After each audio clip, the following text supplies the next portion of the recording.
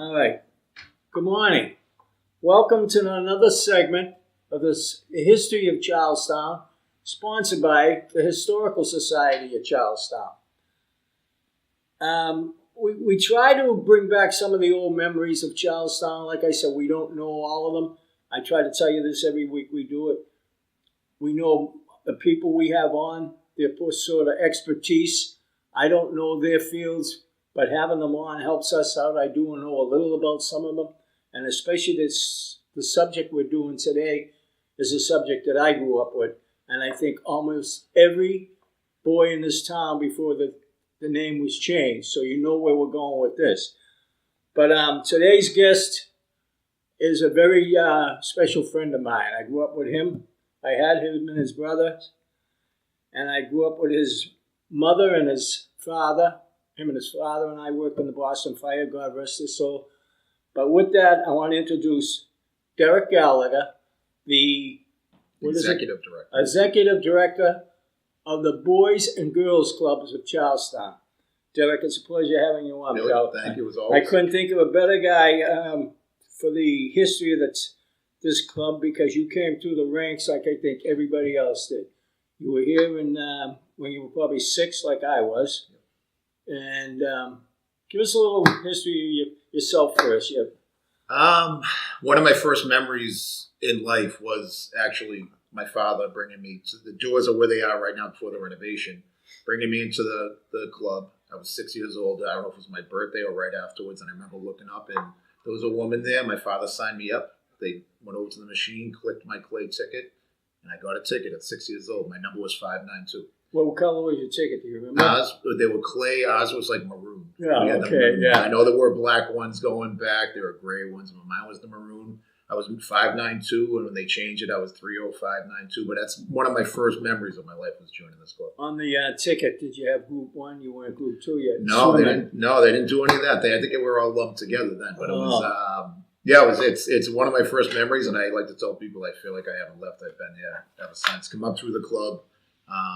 My parents actually met in the club back in 1963, I believe, over cooked cupcakes that my father asked my mother for, and that's how that's. So I can actually thank the Boys and Girls Club for the reason why I'm here right now today. And then as a junior staff, I was hired when I was 16 years old. So John Caloran hired me in the gym. I was an assistant there. I went from assistant to athletic director, from athletic director to program director, and then from program director to executive director today. So I spent a majority of my life inside these buildings. Well, we were honored when you got it. We were hoping. I was talking to John Caloran about it, and he said, Billy, there's a guy better qualified than I am for it. And he says, plus, I don't think I can handle it. I'd rather be out driving the vans than being in the business. Exactly. And it does fit you to a T, Derek. You're a perfect guy for this job. You're great with the kids, as your brother is down the headmaster of the Kent School. Yep. And, by the way, this is a special room. Yep. I didn't know this, and I was just told. And it's an honor to be in here. What's this room named after? This room, when we did the renovations back in 2004, they named this room after my mother, Lois Gallagher, and Pat Sweeney, who's still on the board today. So we're actually sitting in the room that is named after my mother. It's all kind of odd that we're all so in depth in it, but it's a blessing. It's nice. It is nice. I was taken back by it. I said, wow, I'm amazed. I said, when I was 6 years old, I did the same thing you. My mother walked me up. I got my maroon card. They stamped it. I got my number. I think mine was in the thousands. It was something. No, it was 980 something. But I got Group 1 on it. Yeah. Because you hadn't been in the pool yet. Yeah. And to be a good swimmer, you had to make Group 2. So the 1 stayed on your card till you could prove yourself in the pool. But you don't have that. You didn't do that up here. No, when I was up there, they didn't have that. But it's still the same card. I actually have some cards that are in my office now that I'm starting a collection of older cards. And when they renovated these buildings, what they were doing, they were finding cards in the walls. They were knocking down walls in construction. They were finding cards from 1928, 1932. I think there's one from 1946 that's on my wall. And these are ones that kids either lost and they got lost in the shuffle, but they were finding them in walls and crevices and nooks and floorboards and stuff. So it's unbelievable. Yeah. That's a good little story. Yeah. I know growing up in the 50s, I joined the club in '49, but there's a few guys and my friends have joined before me. Yeah. But it was all the same. But it was all the boys' club at the time. Yep. It wasn't. When did they turn over to the girls' club? What year was that? I think it was 75. So the Green Street building was the boys' club. Right. The High Street building, there was a workout center in the bottom of the High Street building. Then the gym, which was obviously for both boys and girls. And where the teen center is today was called the Go building. It's the girls only building, so they called it the Go building. And I believe it was 75 or 76. In Boston is the first club to start that trend, where they turned over and said we're going to boys and girls. Now, how many years is it now? 120? We are officially 125 years old. This year? This year, yep, 125. Well, that's right. You had an anniversary for the alumni. Yep, we had an alumni party. Yeah. And a street fair that was rained out, but we brought it inside. It was actually still fantastic, with hundreds and hundreds of families and people. It was good to see a bunch of people coming back, especially our 120 for the adults. Yeah. Kind of got everyone's memories back. It was basically 500 people talking about their memories of the club. It's awesome. I don't think there's a guy or a man alive that I associate with that didn't come up here at 6 years old. Yep. And this is back in the 40s, 50s. And if you don't join this club, shame on you, because a lot of good comes out of it. I've seen great people come out of this club only because of the direction of the you people steer them on. I mean, to me, I think it's a fantastic place. My mother used to say, where you going? I said, I'm going up the boys' club. Yep. But you got homework. Ma, they got a beautiful library up there. Yep. I'll do it with some of the kids. You won't get it done. She was thrilled. I come home, my homework done, and I still get to hang out with the kids after school. Yep. So it's a 2-for-1. So, come on up to this place and look it over. And there's no questions. Look, just join. This is a place for the kids. Yeah. And they do a lot for the community between camps and... Yeah, we just got through with running a summer camp. We average 240 kids a day.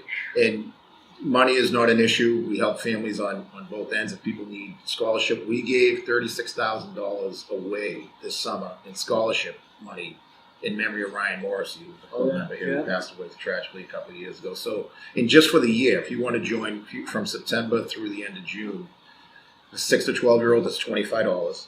And for teenagers, that's $5. So that includes everything. Everything from we serve food every day, City Fresh Food, which is fantastic. We have music classes. We have tutoring every single day. We have art programs. We have computer programs. We have everything. Swim teams. We have performance. We have a full-time performance person. There's nothing that we don't do. It's great. We run a rotation like school. Kids will get into every area each day. Good. They go by ages. It's fantastic. And right now we're averaging. Last year we were averaging about 250 kids a day. We'd be up around 280 on 290 on our strong days. 210 or so, 200 during June. We have a huge staff. We have 2 vehicles for transportation. We do sports. We do games. There's really nothing that we don't do. I like that. This place used to be, when we were young, it was more of a gym and swim type of place. Yeah. Now we're looking at that. It's called Life After the Club, where we want kids to come through here. And by the time we cut the cord and they're going off to college or going to a trade or just moving on with their lives, if they're able to vote, that we help them with, that they have a driver's license, which we get free driver's ed up here, that they're good human beings, that they're prepared for the world. And honestly, I say that to our teens. I'm like, I'm selfish. I live here. I want you guys to be the best. And it works. And then you're an alumni. Then you're part of a group like us. Oh, I was just going to say, do you still have the, what do you call it, the senior basketball on the weekends? They don't do that anymore. They still play during the mornings. I know Saturday and Sunday? They play on like Tuesdays and Friday mornings. Some of the older guys, Pat Sweeney and a few of those guys, they still get a crew that goes up. They play at 6:30 in the morning for an hour, then head to work. So it's still going on. I know. Matter of fact, I was going to mention to you, I think you remember this. You were probably a little younger, but when they gave the first gold card out. So 50-year member, Charlie. Yeah. Sounds about right. Yeah, during the alumni time. We had the alumni night that night, and we were all there sitting down up in the High old Street. Center. Yep. And it was awesome. They called them up and they handed them with a gold card, 50-year membership. Oh, I forgot. He taught typing up here. Yep. He taught swimming up here. Yep. I mean, and then he goes to the high school. It's like, you come out of here, and this is what proves, like you guys. Yep. This is where you get your training, besides at home. You get extra training coming up to the club. These people your crew is fantastic. Yeah, everybody at work here. You got a great organization. I see everybody who works up here. They can't bend over backwards enough for the kids of this town. Yep. And they're very diversified up here too. We say, and that there's probably not a more diverse community. Yeah. From economic standpoint, yeah, and just from an ethnic standpoint. I mean, our club alone, on both an economic and ethnic, is probably the most diverse, without a doubt, in Boston. And I would put it up against anyone in the country. I would too. Yeah. I would. I mean, I went to that teen center up there afterwards when we had that. You ran a function for the Boston Police. Yep. A thank you 2 years ago. And I couldn't believe the kids that were helping out. Yep. I mean, from all sections of the town. Yep. There was no problem. They have their own little room, study room. They have a computer room. Yep. I mean, why wouldn't you want to come up here? Yeah, and the beauty of the club, and it was that way when I was a kid. It's centrally located in the town. Yeah. Nobody owns the club. It's if you are a club member, you're part of it. There's not a section that sounds like, oh no, we're a club group. This is ours. We're running this place. And when you come in here, you're just a club kid. Whatever you need, we'll do for you. Yeah. Anything. And the club is the school's to get on your feet, get into college, work on your grades. But I think that Boys and Girls Club is where you figure out who you are, make relationships, and from everything we do, from music to performance to sports, what you want to do with your life. What you say, like, oh, this is what I want to do. This is how I want to approach my adult years. So the club kind of did it to me. It made me who I am. I went to school, and I didn't mind school, but who I was and my relationships I made that I have to this day, I still through the club.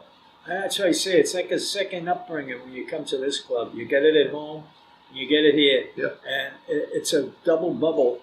And I remember growing up, a lot of people don't realize the old club we used to hang in here. We had the woodworking, we had the typing, the after-school programs. But everybody wanted to go to the gym. We had to what we used to have to do? Run up through the tunnel. Through the infamous tunnel. The gym, Our tunnel now is beautiful with skylights and murals and everything.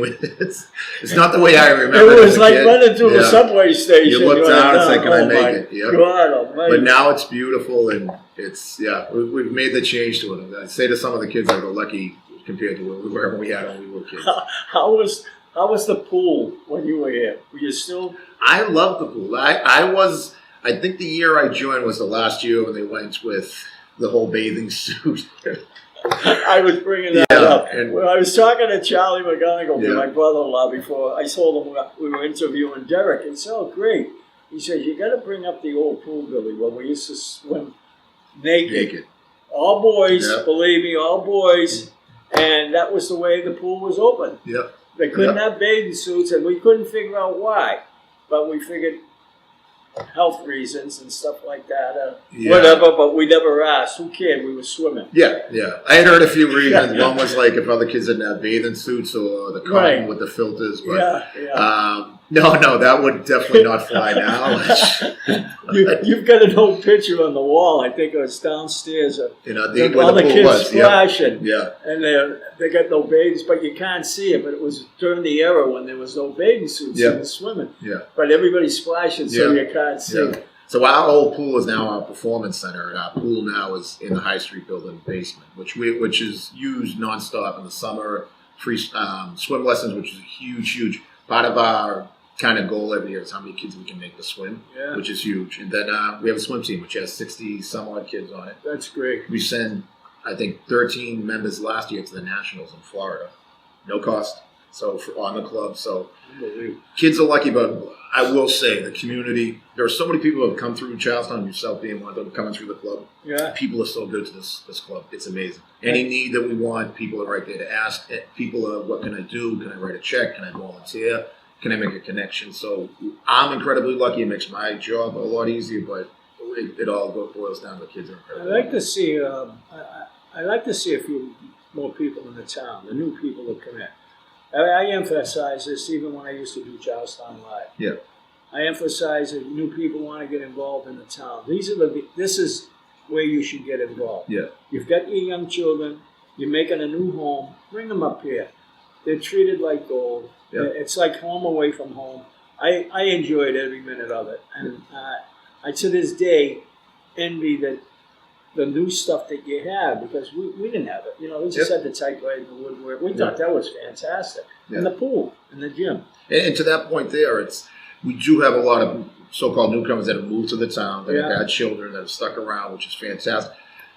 They're integrating themselves in the club. They're 100% it. The funny, now I come through the club, you come through the club. I kind of understood it was low cost. Yeah. The staff was great.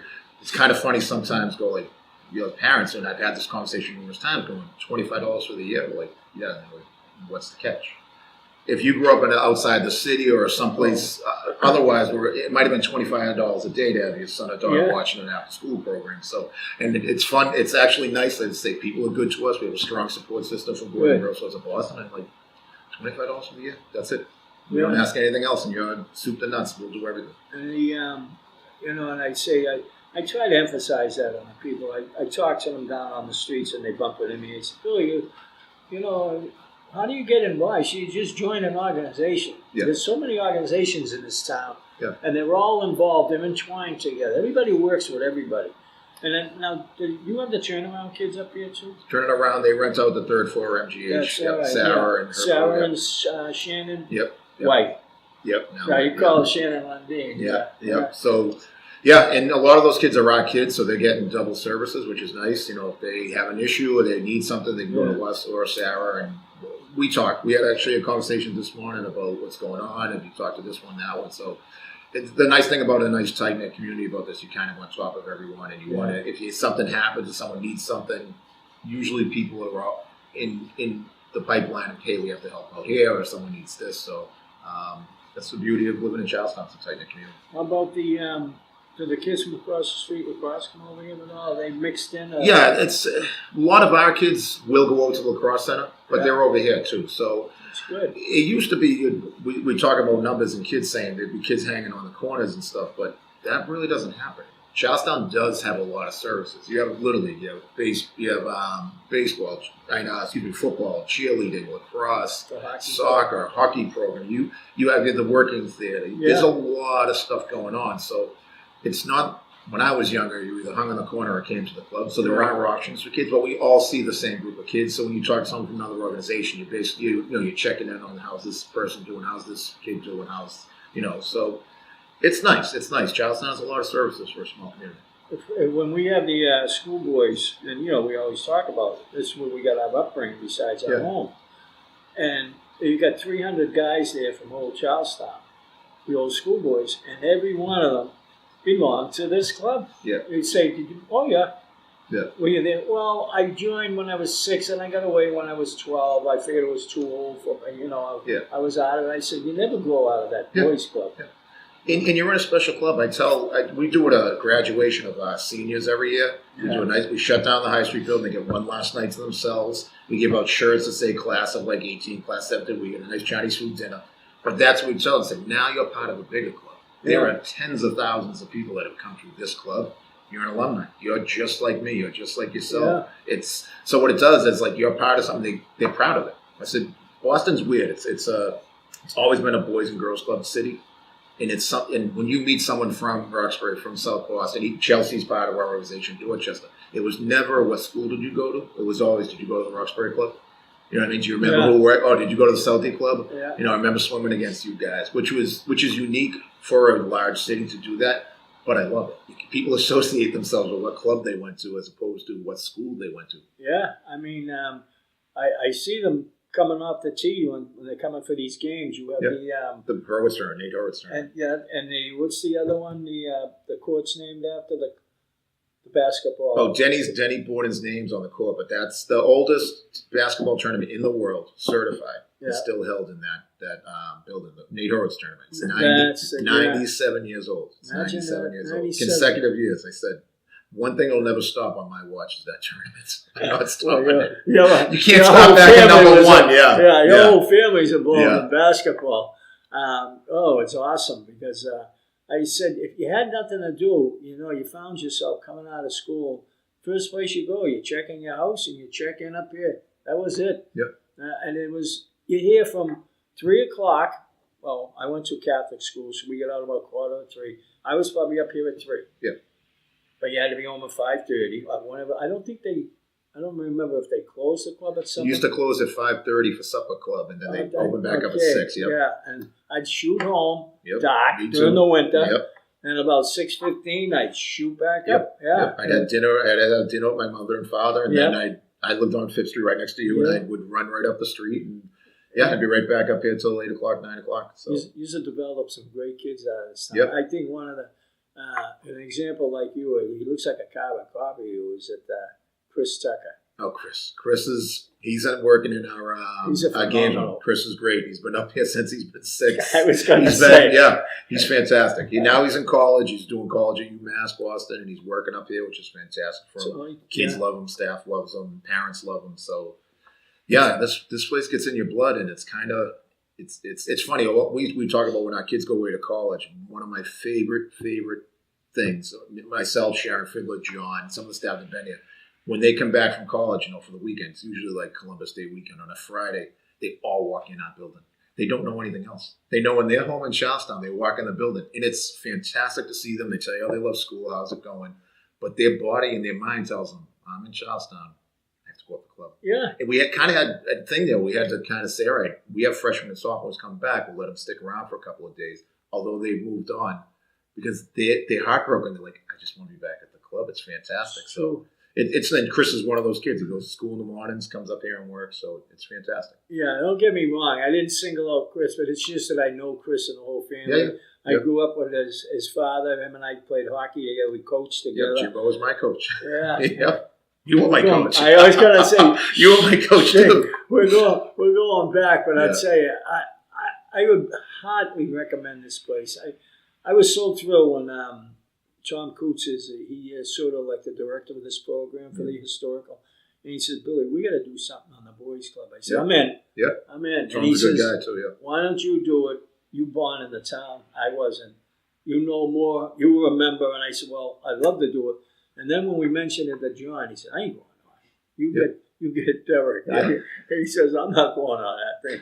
Yeah. But no, this fantastic idea. And if people are looking for more information on, we had a man who had come in about 3 years ago, and he started coming up, kind of what you and I are doing now. He turned on the recorders. Tom Savage was his name, and he would record everything. Yeah. He put in this beautiful large book. It's like a coffee table book. It's probably about 150 pages. The history of the Boys and Girls Schools of Boston, which is essentially the Boys and Girls Schools of Charlestown. So he starts from our beginnings about 1893 down on 404 Main Street. Yeah. Buying this place in Green Street in 1917, buying the Episcopal Church in 1920. He has pictures. He goes through the whole, and then he goes about how Roxbury was second, Southie was third, where we've come from. He goes through 125 years of it's interesting. There's a lot of pictures in it of, you'll go, oh, I remember that room. Oh, who's this? We've had some connections actually made through this book. So if anybody is looking for something interesting, come up and see me. I do have some books. And they're fascinating. They're really, really good stuff. So. Well, I know one thing before we start wrapping up. I like to see somebody come up and do the musical director and get our Bunker Hill Billies back on track.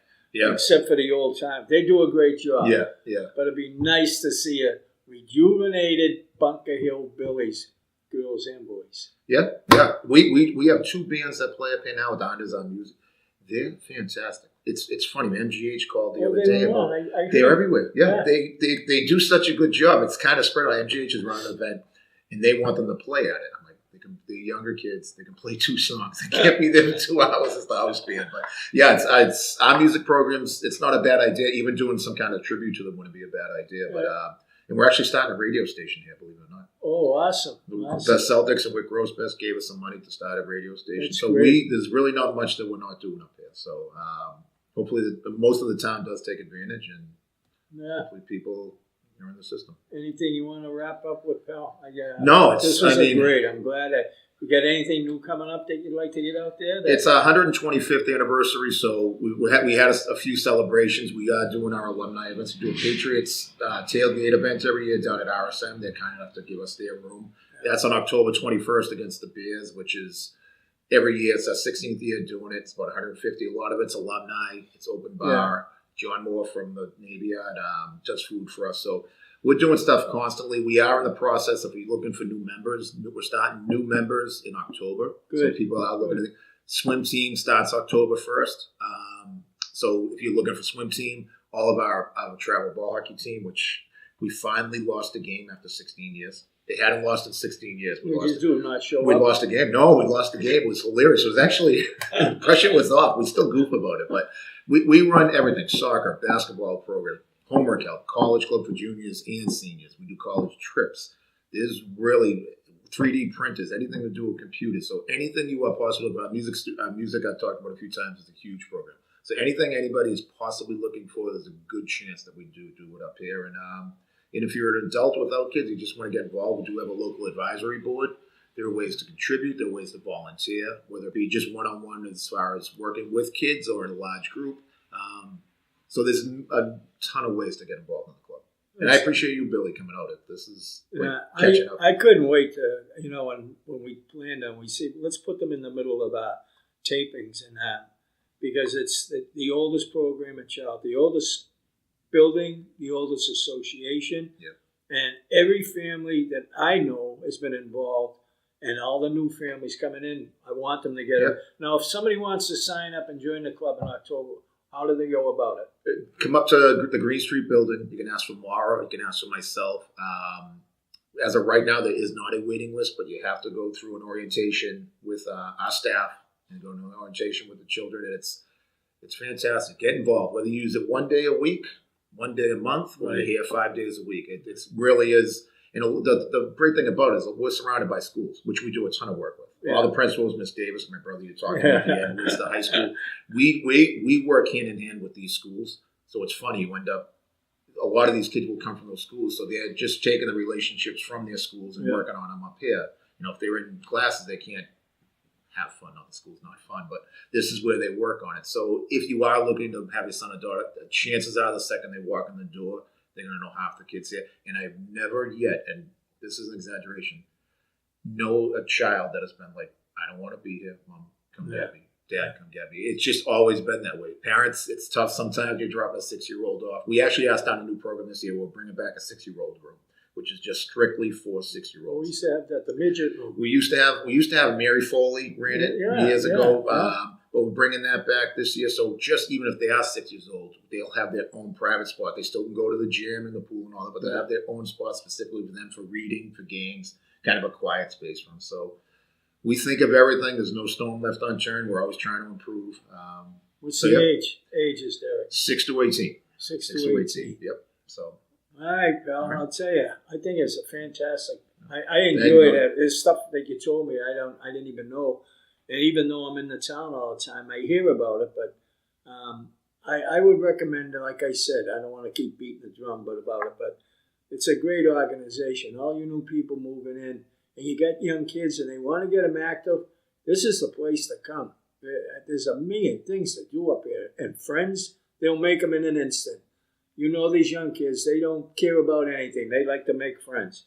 So with that, I want to close, and I always want to say thank you to our cameraman. Robbie Marcella does a fantastic job. Hope he made us look 10 years younger. Yeah. Oh, he'll edit for you. Yeah. I always tell him, when you edit it, cut out some of those grays and start slow. I can't do that, Billy. But Robbie does a great job, and Tom Coots is the sort of director of us. But the Historical Society sponsors us. And with that, in closing, I always say, don't forget, Charlestown, respect one another. Thank you. Thank you. Good. Thanks, brother.